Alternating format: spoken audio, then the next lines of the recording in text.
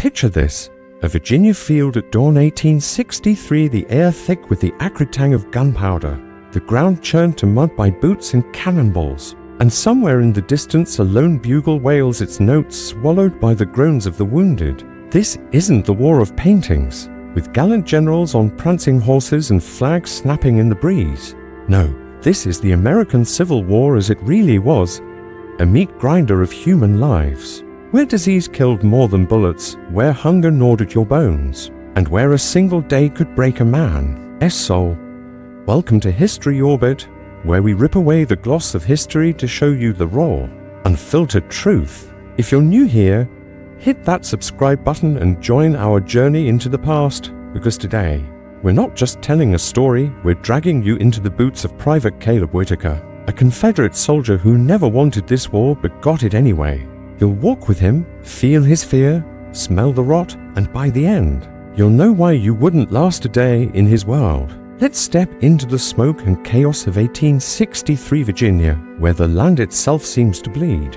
And one man's story will pull you deeper than you ever expected. The sun rises over a shattered farmhouse, its roof caved in by a stray shell, its fields trampled into a mire of mud and blood. Caleb Whitaker, barely 20, stands at the edge of this ruin, his hands trembling as he clutches a letter from home, the ink smudged by rain and sweat. He's no hero, no firebrand waving the stars and bars. He's a farmer's son, drafted from his family's plot outside Richmond, pulled into a war he barely understands. His brown eyes, once bright with dreams of harvests and quiet evenings, now scan the horizon for danger. Around him, the Confederate camp sprawls like a wound on the earth, tents sagging under weeks of rain, men coughing in the morning chill, their faces gaunt from hunger. The air carries the stench of unwashed bodies, rotting food, and something worse, something that clings to the back of your throat like despair. Caleb tucks the letter into his pocket, his fingers brushing the rough grey wool of his uniform, already fraying at the seams. This is his world now, and it's nothing like the recruiters promised. They spoke of glory, of defending home, of quick victories. But Caleb sees only mud, hears only the distant crack of muskets, feels only the gnawing fear that today might be his last. History books don't tell you this part, do they? They don't talk about the lice crawling under your collar, the dysentery. That leaves you doubled over in the bushes or the way your stomach twists, when you realize the man next to you might not make it through the night. That's why we're here at History Orbit, to show you the truth of the Civil War, not the myth. If you're with us, smash that like button and drop a comment. Could you survive what Caleb's about to face? Because this is just the beginning, and it's going to get worse. Much worse. Let's walk with Caleb as he takes his first steps into this nightmare, starting with the moment he was torn from his home and thrust into the chaos of enlistment. But first, let's linger here in this shattered field to understand what he's up against. The year is 1863, and the Confederacy is bleeding out. Virginia, once a land of rolling hills and prosperous farms, is now a battlefield, scarred by 2 years of war. The Union Army presses from the north, their blue coats a grim promise of destruction. Battles like Fredericksburg and Chancellorsville have left thousands dead, their bodies piled in ditches or left to rot under the summer sun. Caleb's regiment, the 12th Virginia Infantry, is part of General Lee's Army of Northern Virginia, a force stretched thin, starving, and desperate. Supplies are scarce, soldiers fight in bare feet, their uniforms patched with whatever scraps they can find. Food is a memory. Hardtack so worm-ridden it moves on its own, coffee made from roasted acorns, and salt pork so rancid it turns your stomach.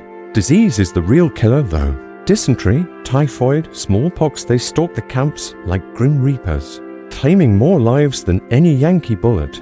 Historical records tell us over half the soldiers in a typical regiment were sick at any given time, their bodies wasting away in tents that reeked of filth. Caleb knows this all too well. He's seen men die, not in battle, but in the night, their breaths rattling out in a muddy hospital tent. He's heard the screams of the wounded, the prayers of the hopeless, the silence of the dead.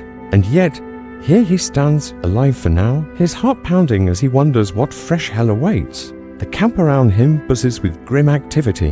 Men sharpen bayonets on whetstones, their hands shaking from hunger or fear. A young drummer boy, no older than 14, practices his roles.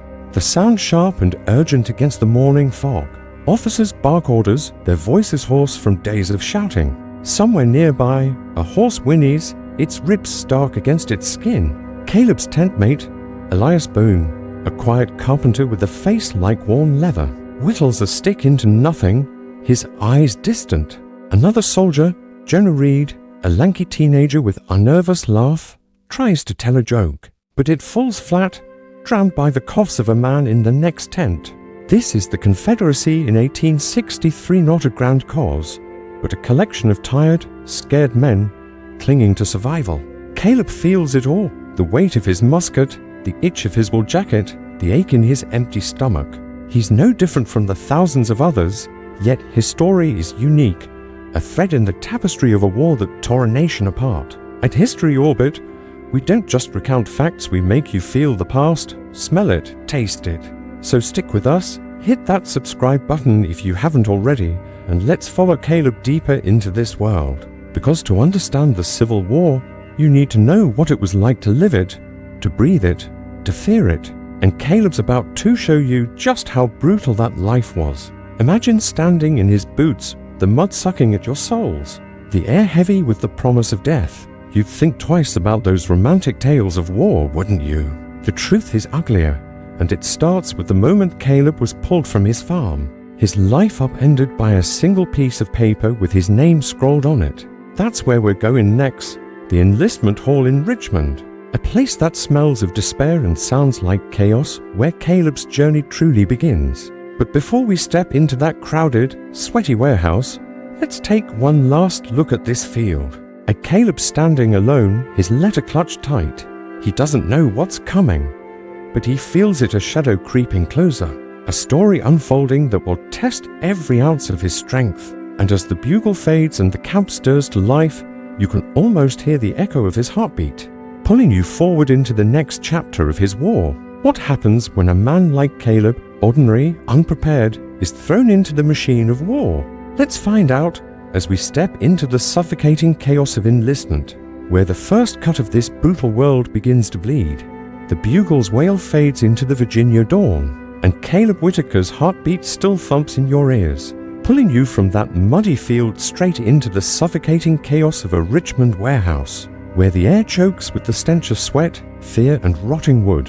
It's 1863, and this is no hero's welcome, this is enlistment, the moment where Caleb's world, already fraying like his patched farm jacket, unravels completely. Picture it, a cavernous room, its walls streaked with mold, packed with men who look more like ghosts than soldiers, their eyes hollow, their shoulders slumped under the weight of a war they barely understand. Caleb, barely 20, stands in a line that stretches into the gloom, clutching a draft notice so worn it's nearly illegible, his name scrawled in ink that's bled into the paper like a wound. This is where the Confederacy turns farmers into cannon fodder. And if you think you could stand here, breathe this air, feel this dread, then stick with History Orbit, hit that subscribe button, and drop a comment. Could you face what Caleb's about to endure?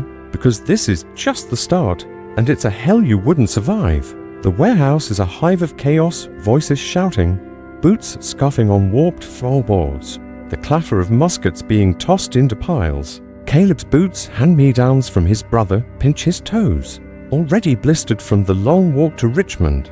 Around him, men of every kind, young boys with peach-faced cheeks, old farmers with graying beards, even a few city clerks in tattered coats, all herded like cattle toward a table where a clerk, his face slick with sweat, barks names from a battered ledger. Caleb's name is called and he steps forward, his stomach twisting as if he swallowed a stone. The clerk barely looks at him, just shoves a form into his hands, muttering about quotas and regiments.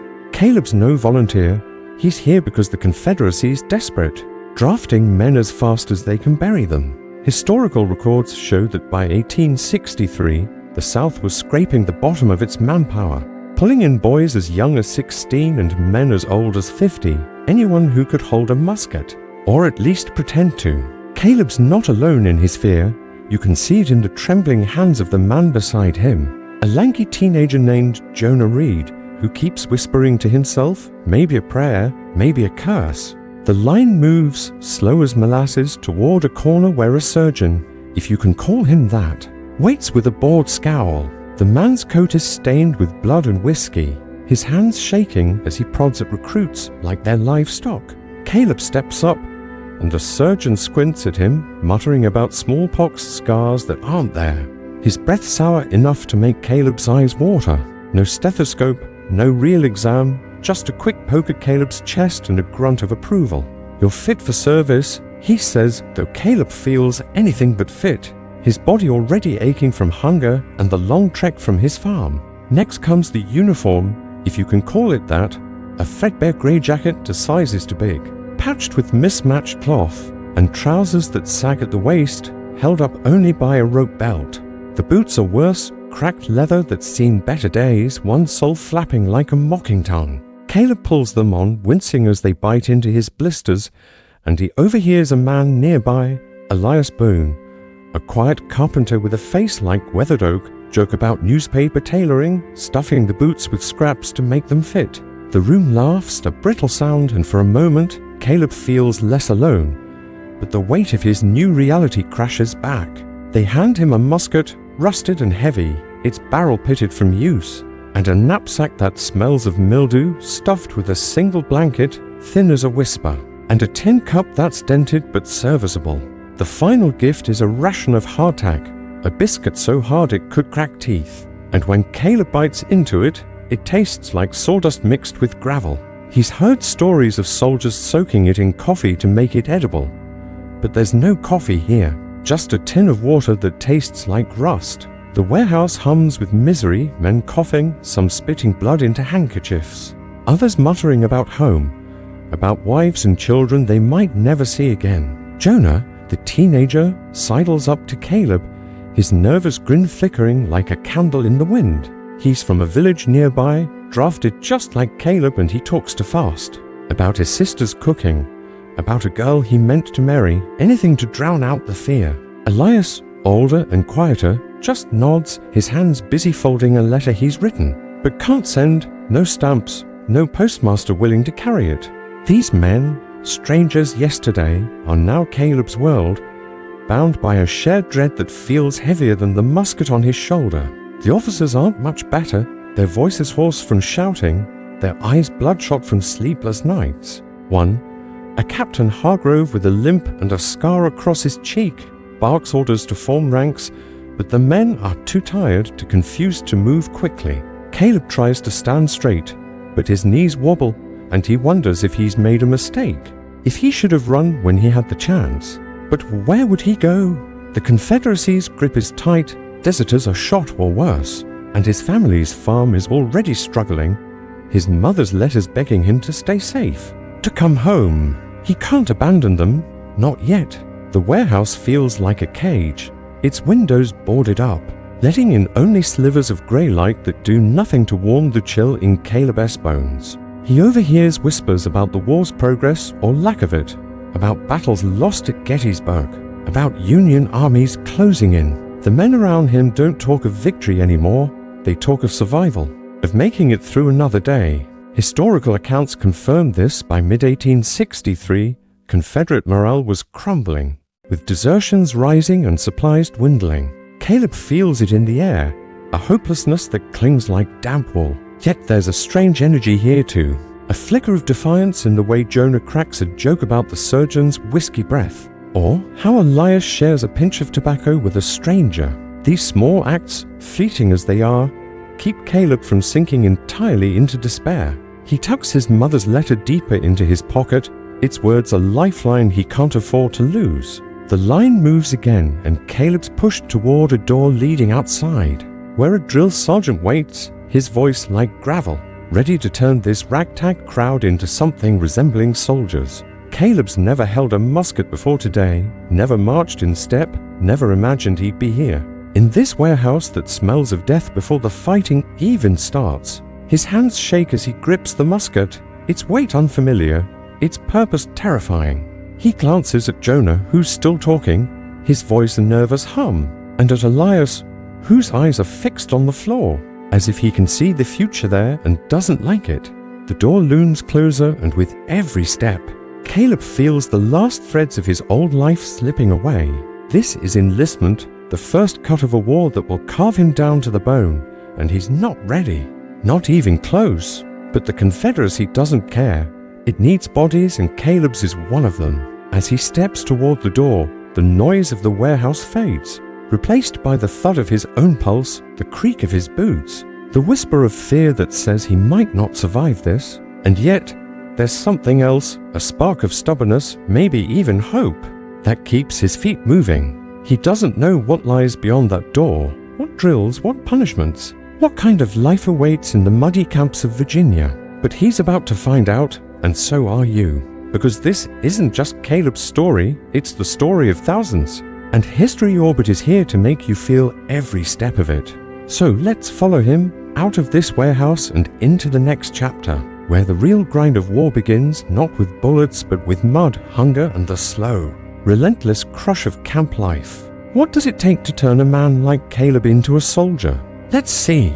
As the door swings open and the damp air of a Confederate camp waits to swallow him whole, the warehouse door clangs shut behind Caleb Whitaker, its echo lost in the damp, sour air of a Confederate camp near Fredericksburg, Virginia, where the ground seems to groan under the weight of mud and misery. It's 1863, and this sprawling mess of sagging tents, smoldering fires, and hollow-eyed men is Caleb's new world. A place where the chaos of enlistment gives way to a different kind of hell, one that grinds a man's soul into dust with relentless routine. Picture it, a field churned into a swamp by weeks of rain, canvas tents flapping like wounded birds, their leaks letting in streams of cold water that pool on the ground, men coughing, cursing, shivering as they huddle around fires that spit more smoke than heat. Caleb steps forward, his boots sinking into mud that clings like a desperate hand, his rusted musket heavy on his shoulder, his heart still racing from the warehouse's clamor. The air hits him first, a thick, choking blend of latrine stench, rancid pork, and unwashed bodies. So foul it coats his tongue, makes his eyes water. This is no temporary stop. This is camp life, where survival is a daily battle against hunger, disease, and despair, and Caleb, barely 20, is about to learn just how deep that battle cuts. His knapsack, slung over his shoulder, feels heavier than it should. Its contents, a threadbare blanket, a dented tin cup, and a few pieces of hardtack speckled with weevils, rattling as he trudges toward his assigned tent.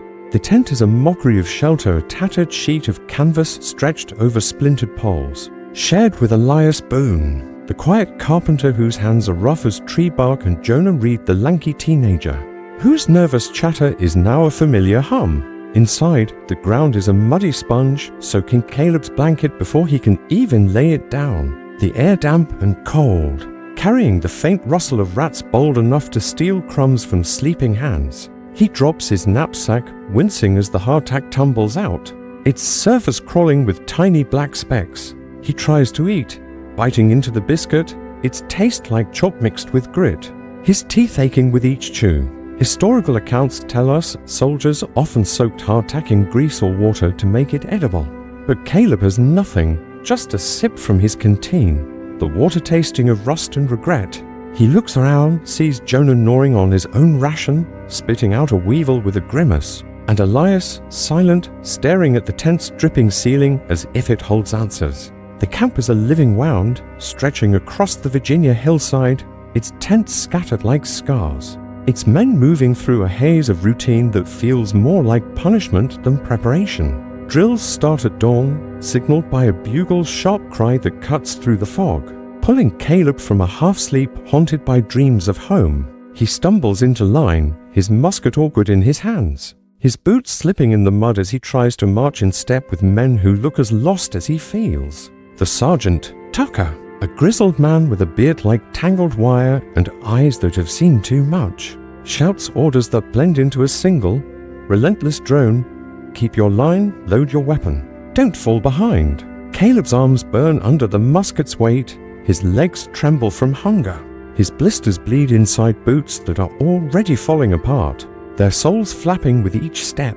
Around him men fare no better. One collapses mid-drill, clutching his stomach, his face grey, with the telltale signs of dysentery, a disease that historical records say plagued over half the soldiers in Confederate camps, killing more than bullets ever could. Caleb feels a twist in his own gut, a feverish heat creeping behind his eyes, but he swallows it down, too afraid to show weakness, too scared to end up like the man now being dragged to a hospital tent, his moans fading into the morning mist. The latrines are a nightmare, shallow trenches at the camp's edge, their stench so vile it makes Caleb gag, flies swarming in thick clouds that settle on food, skin, anything they can find. He learns to avoid them, squatting in the bushes like an animal, his shame buried under the weight of necessity.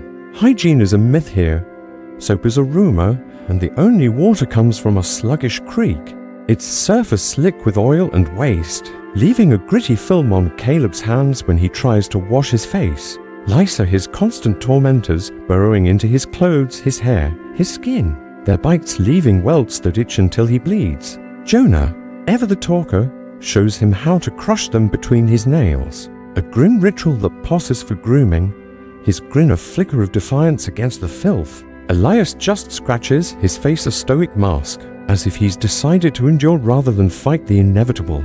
The days blur into a cycle of drills, meager meals, and sleepless nights, each one carving a little more from Caleb's spirit. Breakfast is hardtack and a sliver of salt pork, so rancid it smells like decay.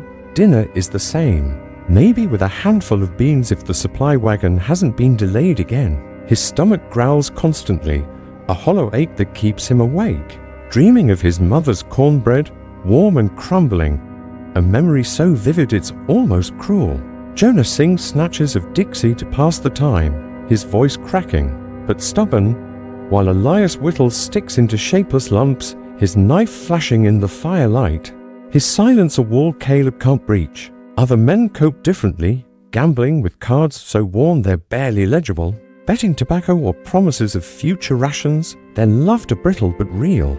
Caleb tries to join in, but his hands shake too much, his mind heavy with thoughts of home, of his mother's letters, of a farm he might never see again. He pulls her latest letter from his pocket, reading it by the flicker of a dying fire. Her words about the harvest, about his sister's new baby, blurring as tears sting his eyes. He wants to write back, to tell her he's alive, but there's no paper, no ink, no way to send it, and the silence between them feels like a wound that won't heal. Discipline in the camp is merciless. A man caught stealing an extra ration is flogged, his screams echoing through the tents, a warning that keeps Caleb's hands firmly at his sides. The officers aren't cruel, just stretched thin, their faces as gaunt as the men's, their orders driven by the need to hold this crumbling army together. Captain Hargrove, the scarred officer from enlistment, limps through the camp, his eyes scanning for weakness, but there's a flicker of something, maybe pity, when he looks at Caleb, as if he sees the boy beneath the soldier's ragged uniform. The camp isn't just misery, though. There are moments, fleeting as a cool breeze, where humanity shines through the mud. Jonah shares a story about stealing apples from a neighbor's tree back home, his laugh pulling a smile from Caleb despite the ache in his chest. Elias offers a sip from his canteen, the water no cleaner than the creek but given with a nod that says more than words. These men, strangers a week ago, are becoming brothers, bound by shared suffering. Their small acts of kindness a lifeline in this sea of despair. Caleb clings to them, they're what keep him from breaking, from running into the woods and risking a deserter's bullet. Historical records show desertions were rampant by 1863, with men fleeing starvation and disease. But Caleb can't, not yet. His family's farm depends on the pittance he sends home, and his pride, battered but intact, keeps him here. If you're feeling the weight of Caleb's struggle, take a second to hit that subscribe button for History Orbit. Drop a comment about whether you could endure this camp, because this story's only getting harder, and we're here to walk you through every step. The camp is a mirror of the Confederacy's declined supplies, or a cruel joke blankets are shared, if they exist at all, and shoes are a treasure. Many men wrap their feet in rags, their toes blackening in the cold. Caleb's boots, already disintegrating, are a luxury compared to some, and he guards them fiercely, knowing a barefoot march could be his end. The nights are the worst. The cold seeps into his bones, the tent offers no warmth, and the ground soaks his blanket through. He lies awake, listening to Jonah's snores, Elias's quiet muttering, the coughs of men who might not see dawn. Dreams, when they come, are nightmares, faces of home twisted into scenes of blood and smoke. He wakes to the bugle, its notes a cruel reminder that another day of this awaits. Another day of drills, of hunger, of scratching lice until his skin is raw. The drills are endless, hours of marching in circles, loading muskets that must fire half the time. Bayonet practice that leaves his arms screaming. He's no soldier, not yet, but the camp is grinding him into one, stripping away the farmer, leaving only the man who must survive. The air grows heavier each day, not just with rain, but with whispers, rumors of a big push. A march to meet the Yankees somewhere beyond the horizon. Caleb overhears officers muttering about Chancellorsville, about General Lee's plans. But the names are just noise to him. All he knows is the fear. That knots his gut, the sense that this camp, brutal as it is only a shadow of what's coming. He looks at Jonah, whose jokes are fewer now, his eyes darting to the horizon, and Elias, whose whittling has slowed, as if he's saving his strength for something worse. The camp is a crucible, forging men into soldiers or breaking them entirely. And Caleb feels himself bending, not yet broken but close. He tucks his mother's letter away, its words fading but still a tether to a life he might never reclaim. As the sun dips low, painting the sky a bruised purple, the camp falls into an uneasy quiet, broken only by the crackle of fires and the distant howl of a dog. Caleb sits by the fire, his hands wrapped around his tin cup, the warmth of fleeting comfort against the chill in his bones. The bugle will sound again, not for battle, not yet, but for movement, for a march that will test him in ways this camp never could. The order is coming, he can feel it, a shift in the air, a tension in the officers' voices, a tightening in his chest. He doesn't know where they're going, how far, or what they'll face, but he knows it will be worse than this, worse than the mud, the hunger, the lice.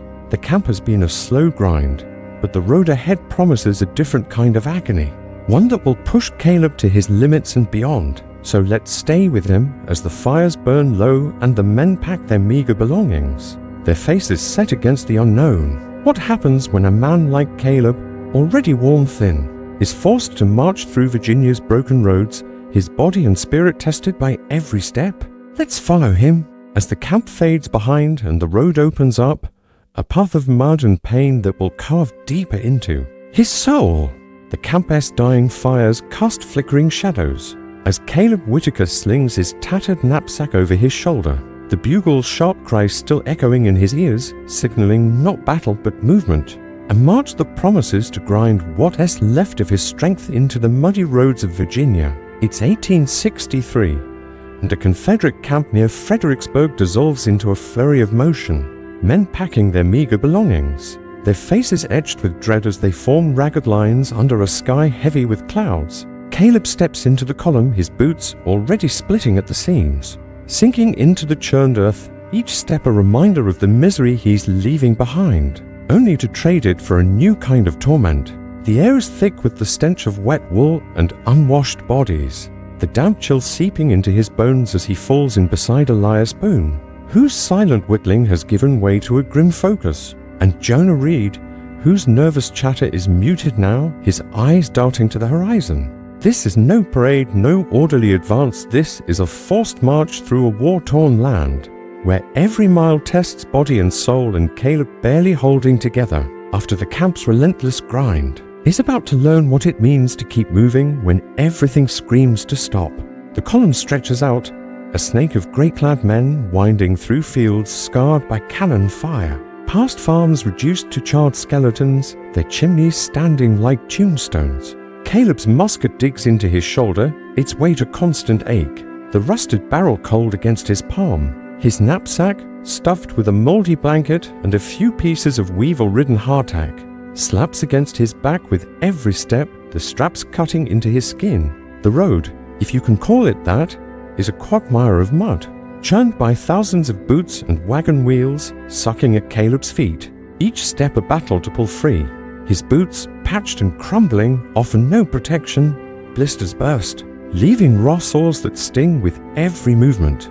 Historical accounts of Confederate marches describe men trudging barefoot, their feet bloody and swollen, and Caleb sees it now, men around him wrapping rags around their toes, their faces twisted in pain. He clutches his mother's letter in his pocket, its words a fading echo of home. But the thought of her warm kitchen feels like a cruel joke as rain begins to fall, a cold drizzle that soaks his threadbare jacket, turning it into a heavy clinging burden. The march is relentless. Officers on horseback shout to keep pace, their voices hoarse, their eyes as tired as the men's. Captain Hargrove, his scarred face grim under a slouch hat, rides alongside, urging the column forward, his limp hidden by the saddle but evident in his tense grip on the reins. Caleb tries to focus to match the rhythm of the men around him, but his legs burn, his lungs ache, and hunger gnaws at his insides like a living thing. The ration from camp, a sliver of rancid salt pork and a crumbling biscuit,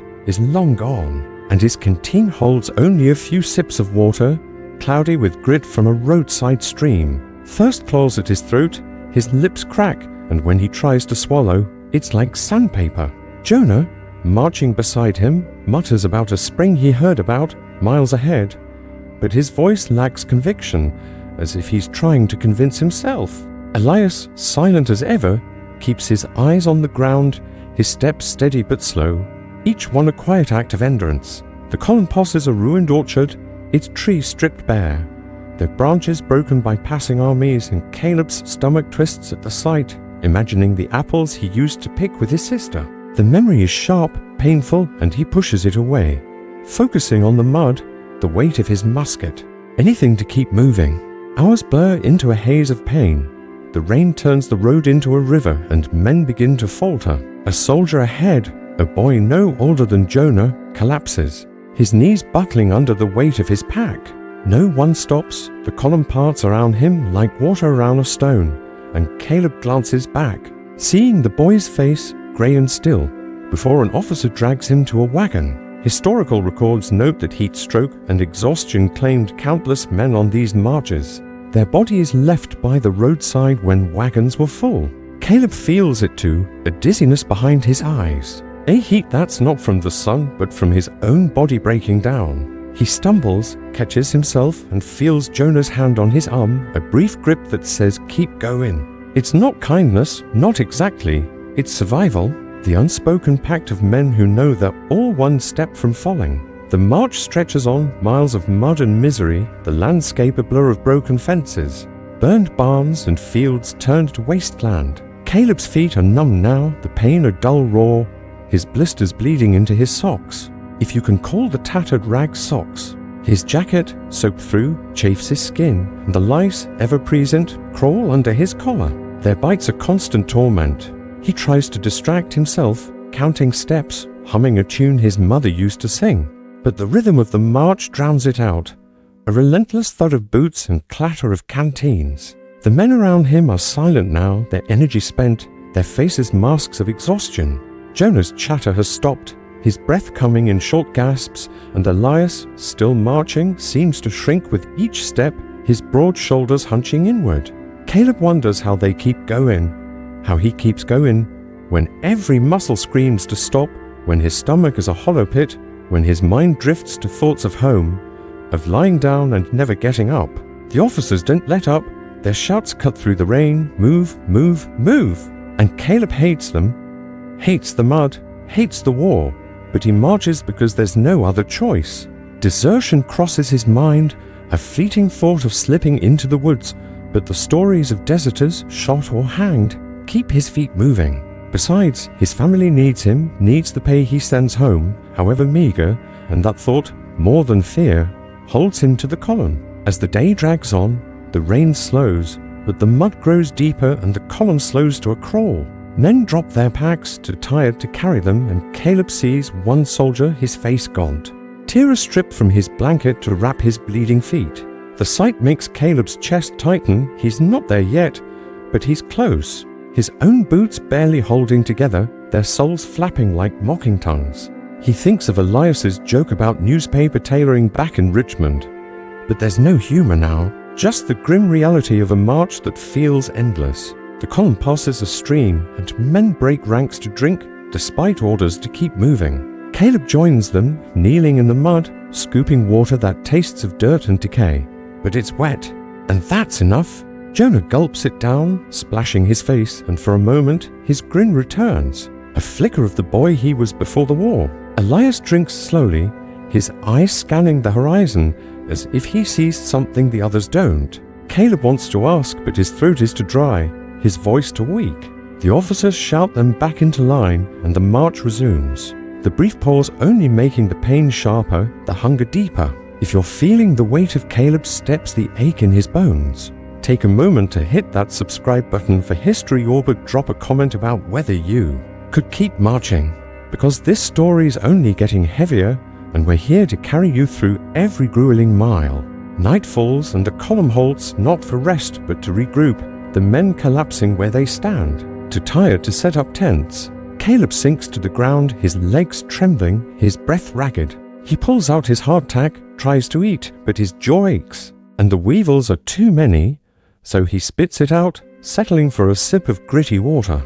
Jonah sits beside him, silent for once, his hands wrapped around his knees, while Elias stares into the darkness, his knife idle in his lap. The camp, if you can call it that, is a scattering of men on the roadside, their fires weak against the damp night. Caleb lies back, the ground cold and wet, his blanket offering no warmth. He thinks of home, of his mother's voice, but the memory is distant, drowned by the ache in his body, the fear in his gut. Sleep doesn't come, only a restless haze, broken by the coughs of men and the occasional cry of pain. Historical records describe these marches as brutal, with men marching 20 miles a day on empty stomachs, their bodies pushed beyond endurance. Caleb feels every mile, every step a small death, and yet he's still here, still moving, driven by something he can't name. Dawn breaks, grey and unforgiving, and the bugle sounds again, pulling the men to their feet. Caleb rises, his body protesting, his feet swollen, his musket heavier than ever. The column reforms, thinner now, some men gone, left behind or lost to exhaustion. The officers speak of a destination, a place called Chancellorsville, but the name means nothing to Caleb, only that it's closer to the Yankees, closer to the fight he's been dreading since the draft notice arrived. The road stretches on, a ribbon of mud and misery, and Caleb marches, his eyes fixed on the back of the man in front, his mind numb, but for one thought, just keep going. Jonah hums a tune, faint and faltering, and Elias marches in silence, his face a mask of resolve. The air grows tense, not just with rain, but with whispers, rumors of bluecoats ahead, of a battle coming. Caleb feels it, a tightening in his chest, a shadow that grows with each step.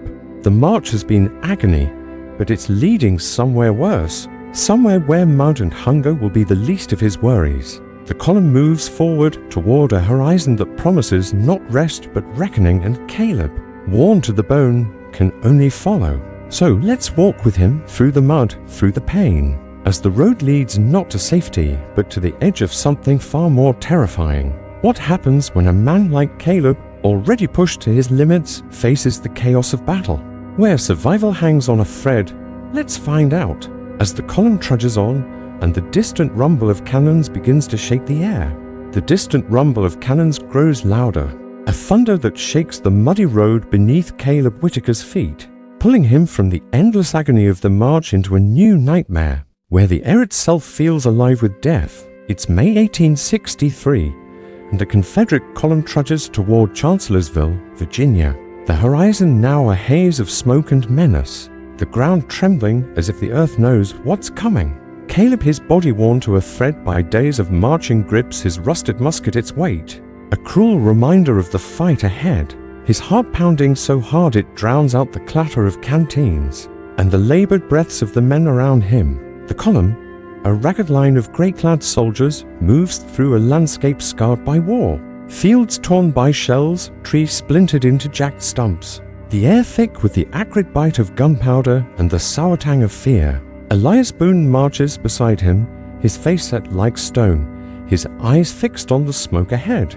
while Jonah Reed, usually so quick with the joke, is silent, his knuckles white around his musket. This is no longer the grind of camp or the slog of the march. This is battle the moment, where Caleb's world narrows to a single terrifying truth: survival is a gamble, and the odds are not in his favor.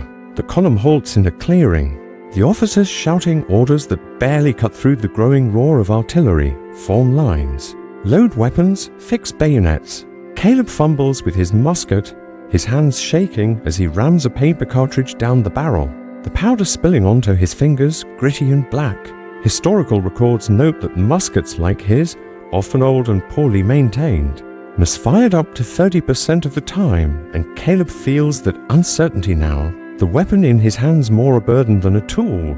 Captain Hargrove, his scarred face pale under his hat, rides along the line, his voice hoarse but steady. Hold your ground, aim low, make every shot count. Caleb tries to listen, tries to focus, but the noise is overwhelming. Cannons booming, shells whizzing overhead, exploding in geysers of dirt and fire. The men around him are a mix of fear and defiance, some praying under their breath, others cursing, their faces streaked with sweat and mud.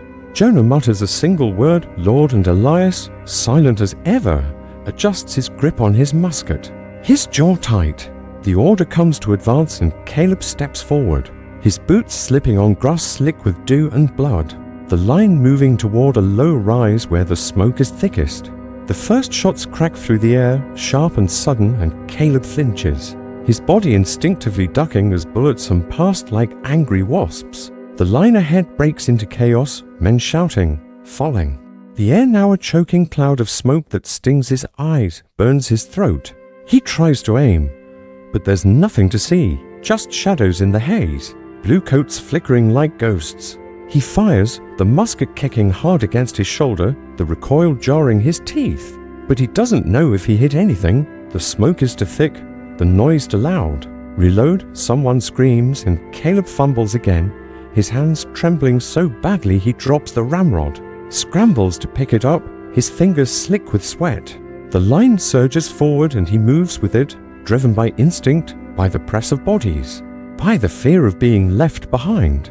The battlefield is a nightmare, bodies litter the ground, some still, others writhing, their screams blending with the roar of cannons, the crack of muskets, the clash of steel. Caleb sees a man to his left, a boy no older than Jonah, fall with a cry, his chest torn open, blood soaking the grass. He wants to stop, to help, but the line pushes him on and he steps over the body, his stomach churning, his mind screaming that this can't be real.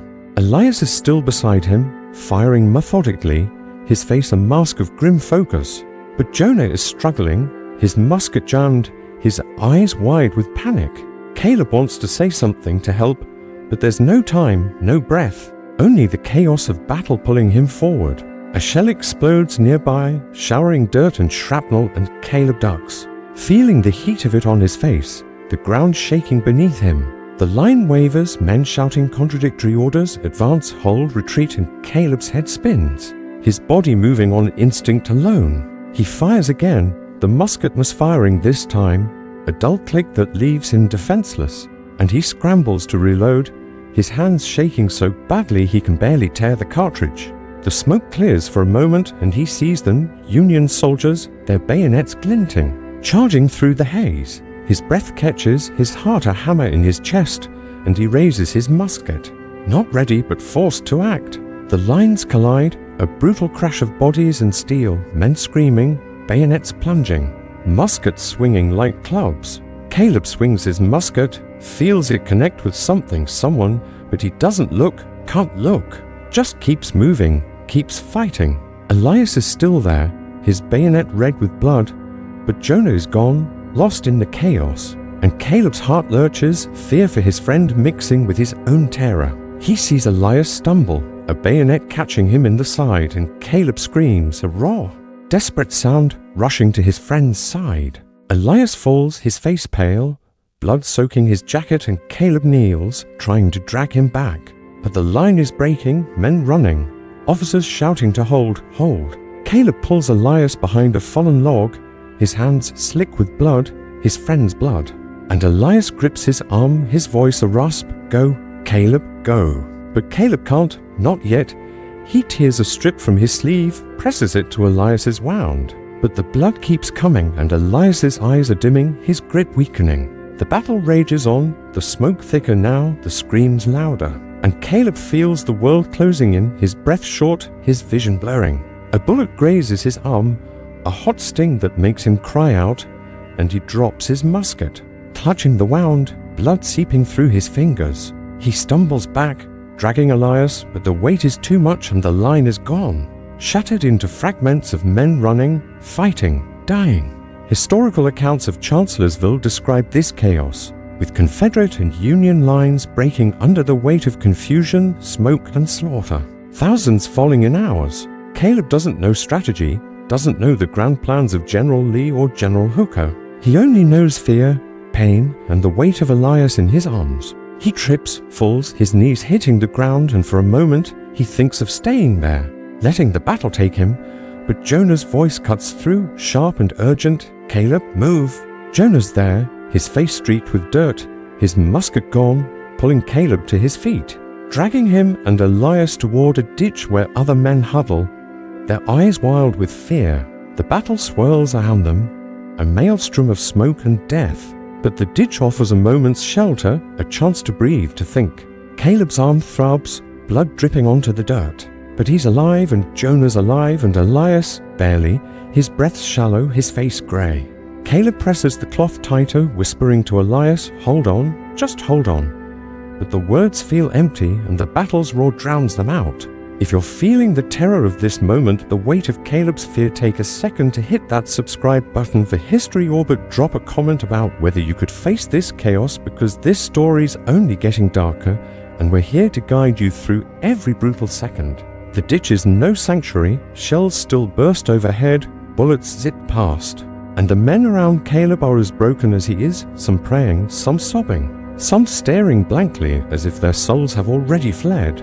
Jonah tries to joke, his voice shaking, saying something about needing a better musket. But it falls flat and Caleb can only nod, his mind reeling. Elias's breathing slows and Caleb feels a panic he can't name, a need to save his friend. To save something in this madness. An officer, not Hargrove, stumbles into the ditch, shouting for men to regroup, to push forward. But no one moves, the fight drained from them. Caleb looks at Elias, then at Jonah, and feels a spark of something, not courage but desperation, enough to keep him moving. He and Jonah lift Elias, half dragging, half carrying him toward the rear, where the wounded are being gathered, where the smoke thins but the screams grow louder. The battlefield is a graveyard now, bodies piled like cordwood, blood pooling in the grass. And Caleb tries not to look, tries to focus on Elias, on the next step, on staying alive.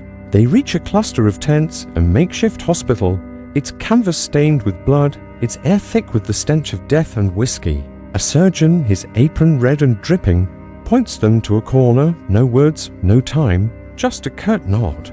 Caleb lays Elias down, his friend's eyes closed now, his chest barely moving, and Jonah grips Caleb's shoulder, his own face pale, his eyes wet.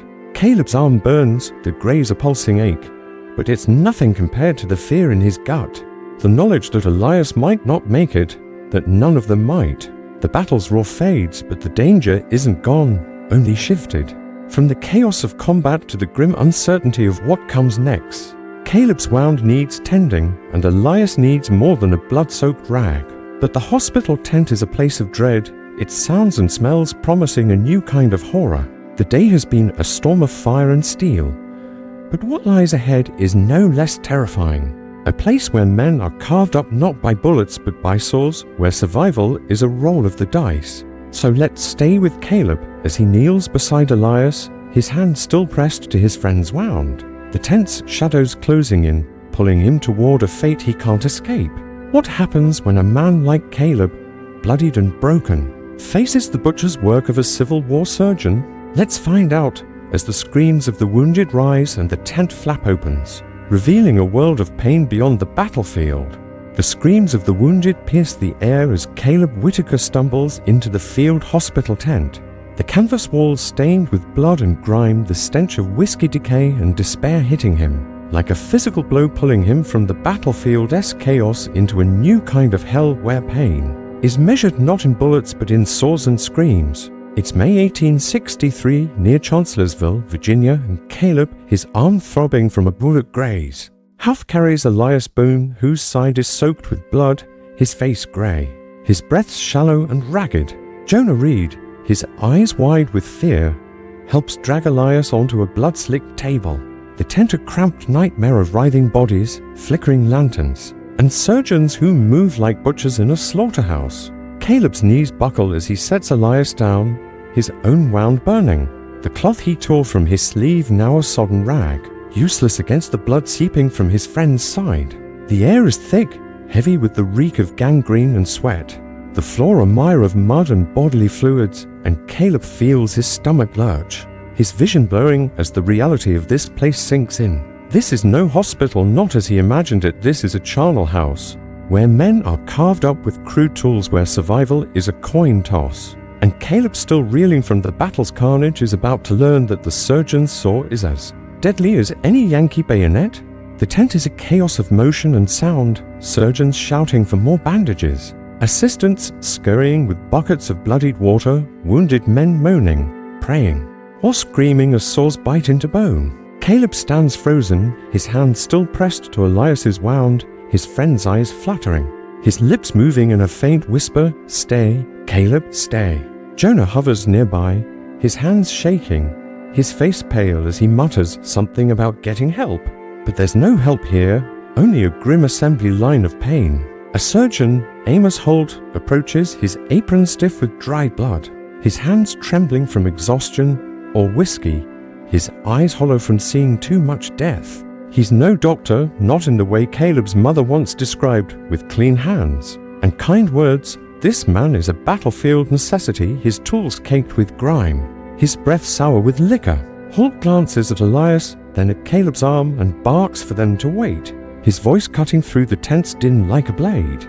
Caleb wants to protest, to beg for Elias, but his throat is dry, his words lost in the cacophony of screams. Historical accounts of Civil War field hospitals paint a grim picture, with amputation rates as high as 75% for serious wounds, and mortality from infection or shock claiming 1 in for men. Caleb doesn't know these numbers, but he feels their truth in the air, in the pile of severed limbs, outside the tent, in the glassy eyes of the man on the next table. His leg gone, his life slipping away. Holt returns, his saw still wet from the last patient, and Caleb's heart lurches as the surgeon examines Elias, prodding the wound with fingers that leave bloody smears. No anesthesia, Holt mutters, none left, and Caleb's mind reels. The thought of cutting without numbing too horrific to grasp. Elias, barely conscious, is strapped to the table, a leather strap shoved between his teeth, and Caleb grips his friend's hand, whispering prayers he doesn't believe in. The saw begins its work, a grating, bone-deep sound that makes Caleb's stomach churn.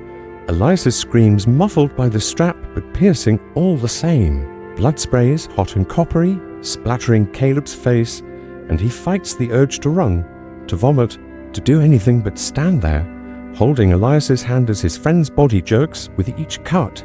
The arm comes off, a sickening thud as it hits the floor, and Holt works fast, stitching the stump with thread that looks more like twine, his hands steady but uncaring. Elias's screams fade to whimpers, his face ashen, his eyes closed, and Caleb doesn't know if he's alive or dead, only that the surgeon moves on, leaving them with a curt order to keep the wound clean. Caleb thinks, in this place where the air itself feels diseased, where flies swarm over open wounds, where the ground is a swamp of blood and mud. He tears another strip from his jacket, wraps it around Elias's stump, but the cloth soaks through instantly, and Caleb's own wound, the graze on his arm, pulses with pain, blood dripping onto the floor. Jonah, still there, finds a bucket of water, murky and foul, and offers it to Caleb, who pours it over Elias's wound, hoping it does more good than harm. The tent is a blur of suffering, men begging for water, for death, for their mothers, their voices blending into a chorus of agony that Caleb can't escape. He looks at Jonah, whose face is a mask of shock, and wonders how they're still standing, how any of them are. The surgeons work on, their saws never stopping, their tables never empty, and Caleb feels a weight heavier than the battle, heavier than the march. This is where men come to be broken, not by bullets but by the crude mercy of the knife. Historical records note that field hospitals like this one were often more deadly than the battlefield, with infection rates soaring due to unsterile tools and overcrowded conditions. Caleb sees it now, a man nearby writhing as maggots are poured into his wound, a desperate attempt to eat away the rot, and Caleb gags, his hand tightening on Elias's, who stirs, his eyes opening briefly, a flicker of life. That gives Caleb a shred of hope. He whispers to Elias, "You're gonna make it," but the words feel hollow, and Jonah, kneeling beside him, adds his own quiet prayer, his voice cracking. The tent's lanterns cast shadows that dance like specters, and Caleb's arm throbs. The graze now swollen, red and hot, a sign of infection he can't ignore.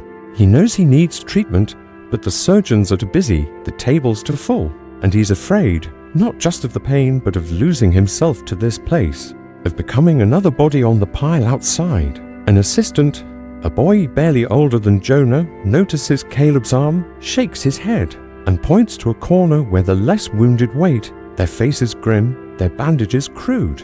Caleb hesitates, unwilling to leave Elias, but Jonah pushes him gently, "Stay with him, I'll get help," and stumbles off, his lanky frame disappearing into the tent's chaos. Caleb sits, his back against a tent pole, his eyes on Elias, whose breathing is shallow but steady. A small miracle in this place of death. The pain in his arm grows, a burning pulse that matches his heartbeat, and he wonders if he'll lose it, if he'll end up like Elias, or worse, like the man on the next table, now still, his eyes open but unseeing. The tent is a world unto itself, cut off from the battle outside, but the war's presence lingers in every scream, every bloodied rag, every clatter of the surgeon's tools. Caleb's mind drifts not to home, not yet, but to the battlefield, to the moment Elias fell, to the chaos that brought them here, and he wonders if he could have done something, anything, to change it. Guilt gnaws at him, as relentless as the pain, and he grips Elias's hand tighter, as if he can hold his friend to life by sheer will. Hours pass, or maybe minutes. Time is meaningless in this tent, and Jonah returns, his face pale but determined, carrying a strip of cloth that looks cleaner than most. He wraps Caleb's arm, his hands clumsy but gentle, and Caleb nods, grateful for the small act of kindness in this place of horrors. If you're feeling the weight of Caleb's fear, the sting of his wound, take a moment to hit that subscribe button for History Orbit. Drop a comment about whether you could face this tent, because this story is only getting darker, and we're here to guide you through every cut and cry. Elias stirs again, muttering something about home, about his wife, and Caleb leans closer, whispering back, promising they'll get out, though he doesn't believe it. The tent's chaos slows, the surgeons moving to the last of the wounded, the screams fading to moans. But the air remains heavy, the stench of blood and whiskey inescapable. Caleb's arm is afire now, the infection spreading, and he knows he can't stay here, not if he wants to survive. But leaving Elias feels like betrayal, and he sits, torn, his eyes scanning the tent for a way out, for hope that doesn't exist. The battle outside has quieted, the cannons silent, but the war isn't over, not for Caleb, not for any of them. A shout breaks his thoughts, Union troops, a cry from the tent's entrance, and chaos erupts again. Not from surgery, but from fear. The hospital is too close to the lines, and the Yankees are coming, their bluecoats spotted through the smoke. Caleb freezes, his hand on Elias, his mind racing. Jonah grabs his arm. We have to move, but Elias can't, not yet. His wound too fresh, his body too weak. The tent empties as men who can walk flee, surgeons abandoning their tools, assistants scattering. Caleb and Jonah lift Elias, his weight a dead pull, and stumble toward the tent flap. The air outside thick with smoke and the crack of gunfire. They make it a few steps before blue-clad soldiers appear, their bayonets fixed, their voices sharp. Drop your weapons, surrender. Caleb has no musket, left behind on the battlefield, but he raises his good hand. Jonah doing the same, their eyes locked on Elias, who's barely conscious, blood seeping through his bandage. The Yankees herd them with other prisoners, a ragged group of wounded and weary, and Caleb feels a new kind of fear, not of death but of captivity, of a fate unknown. The hospital tent, with all its horrors, is behind them now, but what lies ahead is no better, and march not as soldiers but as prisoners toward a place where hope is even scarcer. Caleb clings to Elias, to Jonah, to the thin thread of brotherhood that's kept him going, and steps into the unknown, his wound burning, his heart heavy. The battlefield's chaos has given way to a new ordeal, one where walls and bars replace open fields, where survival is measured not in moments but in days of despair. So let's follow Caleb as he's pushed forward with the other captives, his friend's life hanging by a thread, his own wound a ticking clock, into a world where the war takes on a new, suffocating form. What happens when a man like Caleb, bloodied and broken, faces the living grave of a prison camp? Let's find out as the smoke clears and the march to captivity begins. A journey into darkness deeper than any battlefield. The smoke of Chancellorsville fades as Caleb Whitaker stumbles forward, his arm throbbing from a bullet graze, his hands gripping Elias Boone, whose blood-soaked bandage clings to his amputated stump, while Jonah Reed, pale and shaken, marches beside them, all three, herded by Union soldiers whose bayonets gleam with cold purpose, their shouts sharp as they drive the prisoners toward an uncertain fate. It's 1863, and the battlefield's chaos has given way to a new kind of torment. A forced march to Point Lookout, Maryland, a Union prison camp where the air is heavy with salt and despair, where men don't fight to live but cling to existence in a place that feels more like a grave than a cage. Caleb's boots, barely holding together, drag through the dust, each step sending a jolt of pain through his infected arm, the wound now hot and swollen, a fever creeping into his bones. Elias, half conscious, leans heavily on him, his weight a burden Caleb refuses to let go, while Jonah's eyes dart to the blue-coated guards, his usual chatter silenced by the weight of captivity. The road stretches endlessly, flanked by fields turned barren by war, the sky a dull grey that mirrors the hopelessness in Caleb's chest, and as they march, he feels the last threads of his old life. The farm, his mother's letters, slipping away, replaced by a single, suffocating truth. This is Point Lookout, and it's where men go to be forgotten. The march to the camp is a blur of pain and exhaustion, the prisoners, a ragged line of wounded and weary, prodded along by guards who offer no mercy, their voices barking orders to keep moving, no stopping, no water. Caleb's throat is parched, his lips cracked, the taste of dust and blood lingering as he struggles to support Elias, whose breaths come in shallow gasps, his face ashen under a sheen of sweat. Jonah, carrying nothing but his own fear, tries to help, taking Elias's other arm, but his strength is fading, his lanky frame trembling under the strain. Historical accounts of Confederate prisoners describe these marches as brutal, with men collapsing from hunger and wounds, left behind if they couldn't keep up. And Caleb sees it now, a man ahead falling to his knees, ignored by the guards, his body swallowed by the roadside dust. Caleb's own wound burns, the infection spreading, a dull fire that makes his head swim. But he can't stop, not with Elias depending on him, not with Jonah's quiet glances urging him on. The camp comes into view, a sprawl of wooden stockades, and canvas tents on a windswept peninsula, the Chesapeake Bay's salt air mingling with the stench of filth and decay. Point Lookout is no refuge, its walls loom like a fortress of despair, its gates swallowing men whole. Caleb and the others are herded inside, past guards with rifles slung low, their eyes cold, their faces hardened by the routine of captivity. The camp is a sea of misery, thousands of prisoners packed into a space too small, their bodies gaunt, their clothes tattered, their faces etched with hunger and disease. Caleb's group is shoved into a pen, a muddy patch surrounded by high fences where tents, if they can be called that, sag under the weight of damp canvas, offering no shelter from the wind or rain. The ground is a mire, slick with human waste and seawater, and the air carries the reek of unwashed bodies, rotting food and death. Caleb helps Elias to a corner, laying him on a patch of ground that's only slightly less wet, his friend's eyes fluttering, his stump oozing through the bandage. Jonah collapses beside them, his hands shaking as he pulls a crust of hardtack from his pocket, offering it to Caleb, who shakes his head, too sick to eat, too focused on Elias to think of himself. The prison's routine is a slow grind of despair. Food is a handful of rancid beans or a sliver of moldy bread,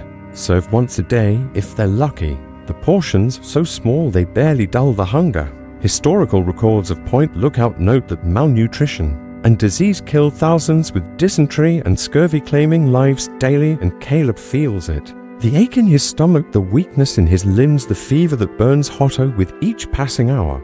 Water is scarce, drawn from a brackish well that tastes of salt and mud, and Caleb forces himself to drink, gagging as it slides down his throat. Knowing Elias needs it more, he dribbles it into his friend's mouth, but Elias barely swallows, his face a mask of pain, his body wasting away. Jonah, sitting close, tries to talk, his voice low, about home, about anything to keep their spirits up, but the words falter, drowned by the moans of other prisoners, the coughs that echo through the night. The camp is a living grave, its prisoners reduced to shadows, their days a cycle of hunger, cold, and waiting for death or release, whichever comes first. Caleb meets another prisoner, a boy named Levi, barely 16, his eyes hollow, his hands carving names into the dirt with a stick, a silent litany of those he's lost. Levi doesn't speak, but he shares a crust of bread one day, a small act that binds him to Caleb, a flicker of humanity in this place of despair. The guards are ever present, their rifles a constant threat, their shouts a reminder of the prisoner's powerlessness. Discipline is harsh.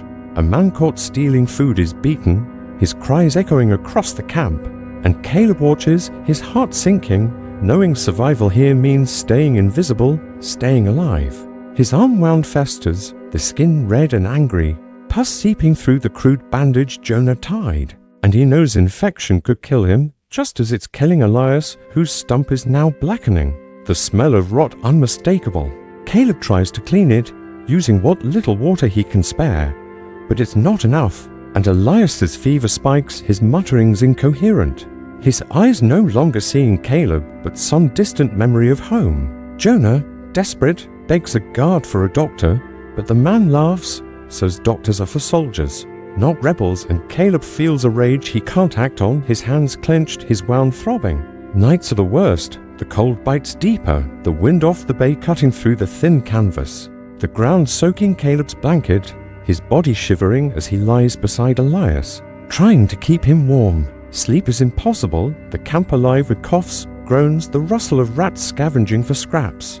Caleb's dreams, when they come, are of the battlefield, of Elias falling, of the saw's grating scream, and he wakes gasping, his arm afire, his heart heavy with guilt. He wonders if he could have saved Elias, if he could have fought harder, run faster, done something to change this fate. Jonah, curled nearby, whispers in the dark, about his sister, about a life that feels like a myth now, and Caleb listens, clinging to the words as a lifeline, a reminder that they're still human, still alive. If you're feeling the weight of Caleb's despair, the chill of this prison, take a moment to hit that subscribe button for History Orbit.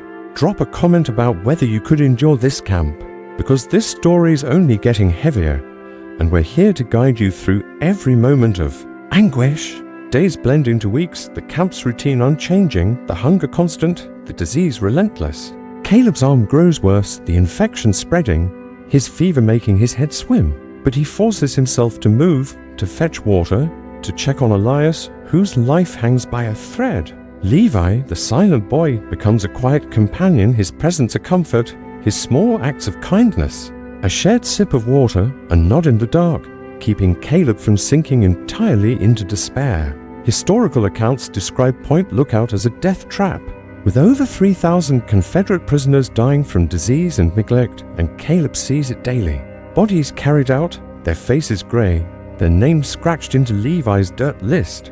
He wonders if he'll be next, if Elias will, if Jonah's strength will hold. The guards talk of prisoner exchanges, of possible release, but it's a rumor, as fleeting as the hope it sparks. Caleb clings to his mother's letter, now crumbling, its words barely legible. But he doesn't read it anymore, just holds it, a tether to a world he's afraid he'll never see again. One morning, the air colder, the sky a slate of grey, a guard calls out names, a list for exchange. And Caleb's heart leaps, then sinks as Elias's name isn't called. His own is and Jonah's, but leaving Elias feels like abandoning a brother, and Caleb hesitates. His hand on his friend's shoulder, Elias's eyes opening briefly, a faint nod that says go. Jonah pulls him away, his voice urgent. "We can't stay. Caleb will die here." And Caleb knows it's true, his armor festering wound, his body weakening by the day. The guards herd the chosen prisoners into a line, and Caleb takes one last look at Elias, lying still, Levi kneeling beside him, carving another name into the dirt. The march out of Point Lookout is no triumph, just another slog. The prisoners weak, their bodies battered, their spirits broken. Caleb's arm burns, his fever high, but he walks, Jonah at his side, their steps slow but determined. The camp fades behind them, its stockades a grim memory, but the weight of it lingers. In Caleb's heart, in the guilt of leaving Elias, in the fear of what comes next. The war isn't over, not for him, not for Jonah, but the promise of home, however faint, pulls him forward toward a Virginia that's no longer the one he knew. The exchange point is near, a place where prisoners are swapped like cattle, and Caleb feels the pull of freedom, but it's a hollow promise tainted by the scars he carries, inside and out. The road ahead is not just a path home, but a journey through a land ravaged by war, through a life forever changed. So let's follow Caleb as he steps away from the prison's shadow, his body weak, his heart heavy, toward a homecoming that will test him in ways the battlefield and prison never could. What happens when a man like Caleb, scarred and broken, returns to a world that no longer fits him? Let's find out as the exchange point looms and the road home opens. A path fraught with loss and the ghosts of war. The dust of the prisoner exchange point settles as Caleb Whitaker takes his first unsteady steps toward freedom, his body frail from weeks in Point Lookout's prison, his arm burning with infection, his heart heavy with the memory of Elias Boone's fading eyes and the silent boy Levi carving names into the dirt. It's late 1863, and Virginia's war-torn landscape stretches before him, a patchwork of burned fields, shattered homes, and roads churned to mud by armies. A world as broken as the man who walks it. Caleb barely 20 leans on Jonah Reed, whose lanky frame is no stronger, but whose stubborn grin offers a flicker of hope, their boots tattered remnants of enlistment, crunching on gravel as they join a ragged group of released prisoners heading south. The air is cold, sharp with the bite of autumn, carrying the faint smell of smoke and decay, a reminder that the war still rages, even if Caleb's part in it feels done. His knapsack nearly empty save for a moldy blanket and his mother's crumbling letter slabs against his back, each step sending pain through his swollen arm, the wound now a festering mass of red and pus that threatens to claim him before he reaches home. Jonah, quiet for once, points to a distant ridge, muttering about Richmond, about finding a way back, but Caleb's mind is elsewhere, on Elias, left behind in the prison's mud, on the farm he dreams of, a place that might no longer exist. This is no triumphant return, this is a homecoming shadowed by loss, guilt, and a war that has carved its mark into Caleb's soul. And as he walks he wonders if the boy who left that farm still exists, or if the war has buried him. Alongside so many others, the journey home is a slow, agonizing trek. The released prisoners moving like ghosts through a land ravaged by battle, their bodies weakened by hunger and disease, their spirits battered by months of captivity.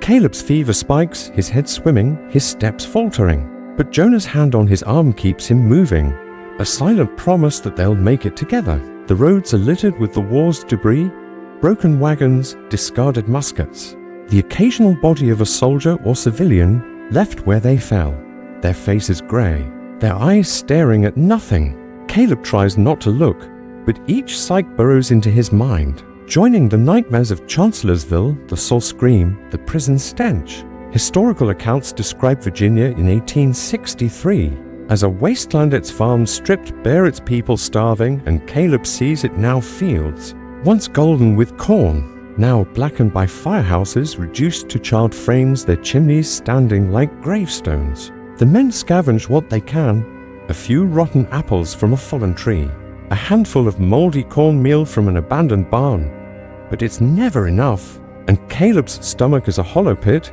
his body feeding on itself. Jonah shares a crust of bread, stolen from a guard before the exchange, and Caleb takes it, his hands shaking, the act of eating a reminder of how little separates him from the dead.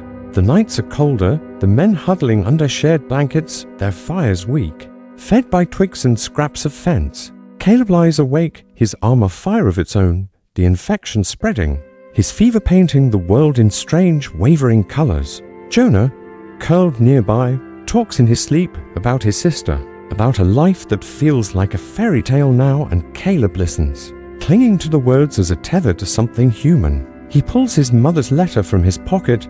Its page is fragile, the ink faded, but he doesn't read it, just holds it, a piece of home he's afraid to believe in. The wound on his arm is a constant torment, the skin tight and hot. Pus leaking through the rag Jonah tied, and Caleb knows from the prison's grim lessons that infection can kill as surely as a bullet. He tries to clean it with water from a stream, but the water is cloudy, tasting of mud and metal, and he wonders if he's making it worse, if he'll lose the arm or his life before he sees his family. The other prisoners fare no better. One man, his leg swollen from a wound, collapses and doesn't rise, left behind as the group moves on, their numbers dwindling with each mile. Caleb feels the weight of survival, the guilt of being one of the living when Elias, when so many others are not.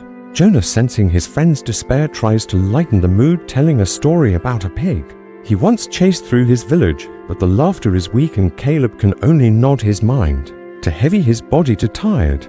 If you're feeling the ache of Caleb's journey, the shadow of his guilt, take a moment to hit that subscribe button for History Orbit. Drop a comment about whether you could walk this road, because this story is carrying us to its end, and we're here to walk every painful step with you. The days blur the landscape, unchanging, a cycle of mud, hunger and cold. But the sight of a familiar hill, a bend in the road Caleb remembers from childhood, sparks something in him, a flicker of hope that burns despite the fever, despite the pain. He's close, so close, and Jonah, seeing the change, claps his shoulder, his grin wider, saying they'll make it. They have too. The farm comes into view at last, a cluster of buildings on a rise. But it's not the home Caleb left. The house is half burned, its roof caved in. The barn a skeleton of charred beams, the fields barren, choked with weeds. He stumbles forward, his heart pounding, his eyes searching for his mother, his sister, anyone. The door creaks open and his mother appears, her face thinner, her hair grayer, her eyes wide with disbelief. She rushes to him, her arms wrapping around his frail frame, her tears hot against his cheek. But the embrace feels strange, as if he's a stranger in his own skin. His sister follows, holding a baby he's never seen, her smile hesitant, her eyes searching his face for the brother she knew.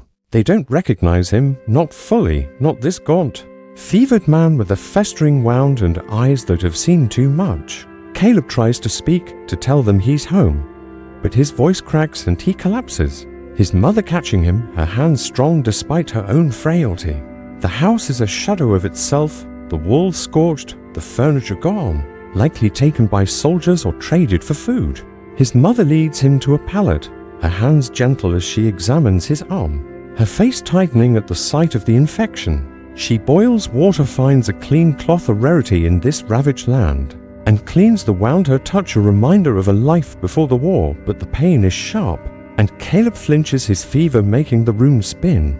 Jonah, standing awkwardly in the doorway, promises to stay nearby to find his own family, and Caleb nods, grateful for the friend who's carried him this far. The days that follow are a haze of fever and recovery, his mother's care the only thing keeping him alive, her broths thin but warm, her prayers constant. The infection begins to fade, the wound slowly healing, but Caleb's spirit is another matter. The war has left scars deeper than the one on his arm. He flinches at loud noises, the crack of a branch, the rumble of a distant storm, mistaking them for cannons, for the screams of the wounded. He dreams of Elias, of the hospital tent, of the prison's mud, waking in a sweat. His mother's hand on his forehead, her voice soothing but distant. The farm is struggling, the fields unplanted, the livestock gone, and Caleb tries to help, to carry water, to mend fences, but his body is weak, his strength sapped by months of hunger and captivity. Neighbors, those who remain, call him a hero, their voices tinged with pity, but Caleb feels no pride, only a hollow ache, a sense that he's returned to a place that no longer fits him. Historical accounts of Civil War veterans describe this, the psychological toll. The men who came home but never truly returned, haunted by memories they couldn't share. Caleb sits by the fire at night, his mother's letter in his hands, its words a reminder of a life he can't reclaim, and he wonders if Elias made it, if Levi still carves names in the dirt, if Jonah found his family. The war goes on, its echoes in every burnt barn, every empty table, and Caleb knows he's no longer part of it, but it's part of him, etched into his bones, his dreams. His silence. He tries to talk, to tell his mother about the camp, the march, the battle, but the words stick. Too heavy, too raw, and she doesn't press, just sits with him, her presence a quiet anchor. The farm will never be what it was, Virginia will never be what it was, and Caleb, staring at the fields, feels the weight of that truth, a hollow victory that tastes of ash. Yet there's something else, a stubborn spark, the same one that kept him marching, kept him fighting, kept him alive. He picks up a hoe, its handle worn but solid, and starts to work, slow and painful. A step toward rebuilding, not just the farm, but himself. The war has taken so much, but it hasn't taken everything, not yet. And as Caleb stands in the field, the sun setting behind him, the air carrying the faint scent of earth and hope, you can feel the weight of his journey, the cost of his survival. History Orbit has walked you through every step, from enlistment's chaos to the prison's despair, and now to this quiet, broken homecoming. If this story's moved you, hit that subscribe button. Drop a comment about what you'd carry home from Caleb's war, because this isn't just his story. It's the story of thousands, a truth we've brought to life for you.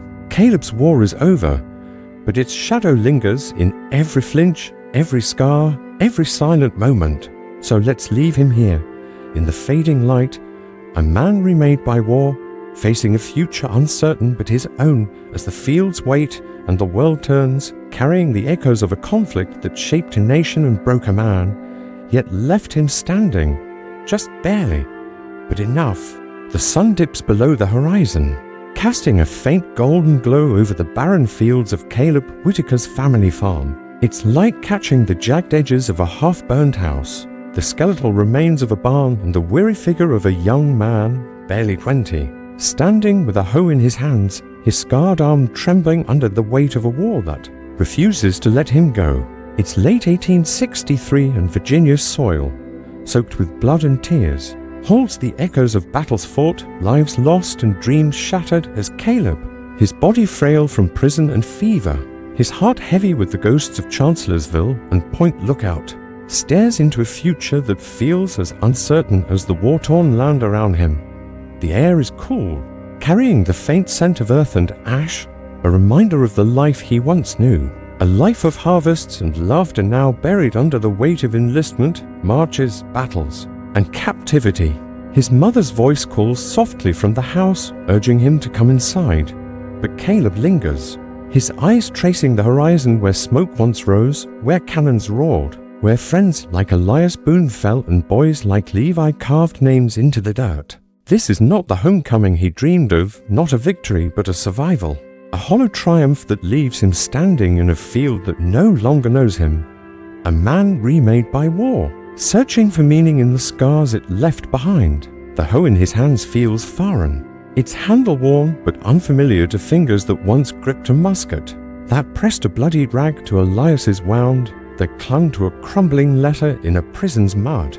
Caleb's journey from the chaotic enlistment hall to the grinding misery of camp, the endless march, the terror of battle, the horror of the surgeon's saw, and the despair of Point Lookout, has brought him here, to a farm that mirrors his own brokenness, to a family that loves him but cannot understand the weight he carries, his mother, her hands rough from salvaging what little remains of their livelihood, watches him from the doorway, her eyes filled with a quiet strength that kept her through the war's darkest days. But Caleb sees the toll it's taken her, face lined with worry, her hair grayed by hunger and fear. His sister, cradling her newborn, tries to smile, to draw him back to the boy who left. But Caleb's smiles are fleeting, his laughter silenced by memories that surge unbidden. The scream of the saw, the stench of the prison, the fading light in Elias's eyes. He thinks of Jonah Reed, who parted ways days ago, promising to find his own family. His grin a stubborn spark against the wall's shadow, and Caleb hopes he made it hopes. He found a home less broken than this one. The farm is a ghost of itself, its fields unplanted, its fences splintered, its livestock long gone to soldiers or starvation, and Caleb works as he can, each swing of the hoe a small defiance against the war's destruction, but his body is weak, his arms still tender from the infection that nearly claimed it. Historical accounts of Confederate veterans paint a grim picture. Many returned to homes as ravaged as their spirits, their bodies broken by disease and wounds, their minds haunted by trauma that had no name in 1863. Caleb feels it, the flinch at a falling branch, the way thunder becomes cannon fire, the way sleep brings nightmares of blood and mud. He sits by the fire at night, his mother's letter in his hands, its words no longer legible but etched in his heart, a reminder of a world he can't fully reclaim. He tries to talk, to tell his mother about the camp, the march, the battle, the prison, but the words choke, too heavy, too raw, and she doesn't press, just sits with him. Her hand on his, her silence a comfort deeper than words. The war has taken so much, not just fields and homes, but the boy Caleb was, the dreams he held, the certainty that life could be simple again. Yet, there's a stubbornness in him, a spark. That survived the enlistment hall's chaos, the camp's misery, the march's agony. The battle's terror, the hospital's horrors, the prison's despair, a spark. That keeps him here, working the land, rebuilding what he can. The fields will not yield this year, maybe not next, but Caleb plants anyway.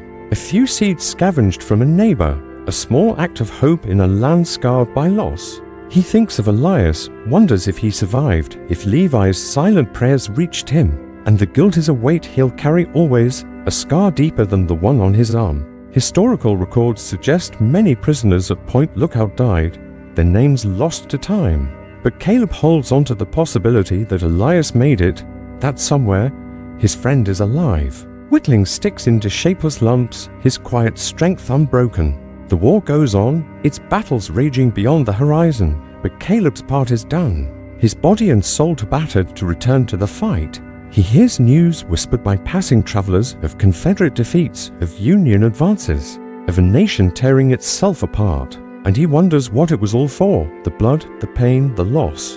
The Confederacy's cause, once a distant idea, feels meaningless now, a dream drowned in the mud of Chancellorsville, the filth of Point Lookout, the ashes of his farm. Yet life persists in the cry of his sister's baby, in his mother's quiet prayers, in the earth beneath his feet, and Caleb clings to that. A man not whole, but not entirely broken, standing on the edge of a new fight, not against Yankees, but against despair, against the ghosts that haunt his every step. The community, what's left of it, gathers sometimes, neighbors sharing what little they have, their faces marked by the same weariness, the same unspoken grief. They call Caleb a hero, their voices tinged with respect, but he shakes his head, the word hollow, a title that belongs to men like Elias. Who faced the sword's bite, or Jonah? Who carried him through the march, or even Levi, whose silent strength held fast in the prison's mud? Caleb is no hero, just a survivor, and that's enough, or it has to be.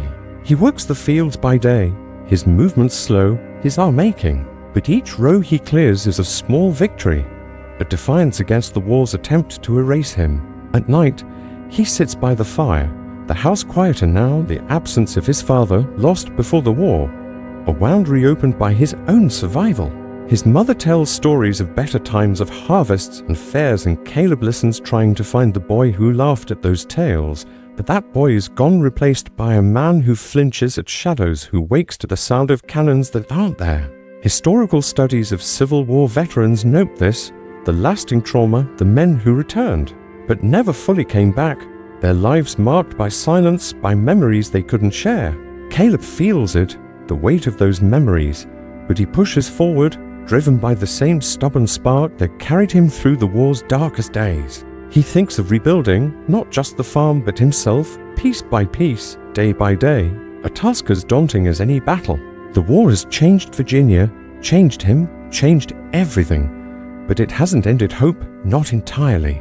He looks at his sister's baby, sleeping in her arms, and sees a future, fragile but real, a reason to keep going. The fields, barren now, might bloom again, the house, half-burned, might stand tall, and Caleb, scarred and haunted, might find a way to live, not just survive. This is the truth of the Civil War, not in its battles or its generals, but in men like Caleb, who walked through hell and came out the other side not whole, but still here, still fighting in their own quiet way. History Orbit has carried you through his journey, from the enlistment hall's chaos to the prison's despair, to this field where a man stands, hoe in hand, facing a world remade by war. If Caleb's story has touched you, if you've felt the weight of his scars, hit that subscribe button. Drop a comment about what this war means to you, because this isn't just one man's tale. It's the story of thousands, a history we've brought to life for you. Caleb's war is over, but its echoes linger in the fields he works, in the dreams he can't escape.